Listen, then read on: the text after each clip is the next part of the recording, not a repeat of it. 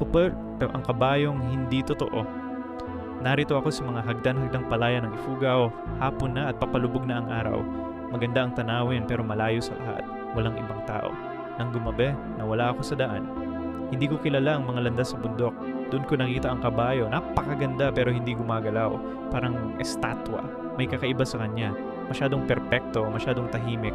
Nang lumapit ako, nakita ko ang totoo. Baliktad ang mga paa niya, tikbalang. Sumunod ako sa kanya nang hindi ko napapansin.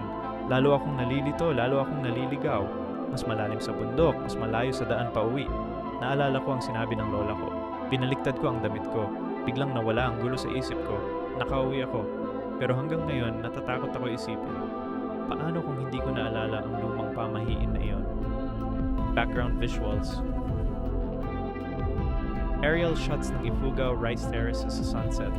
Dark mountain paths na may malabong liwanag. Close-up ng kabayong nakatayo sa dilim. Mga paa ng kabayo na baliktad.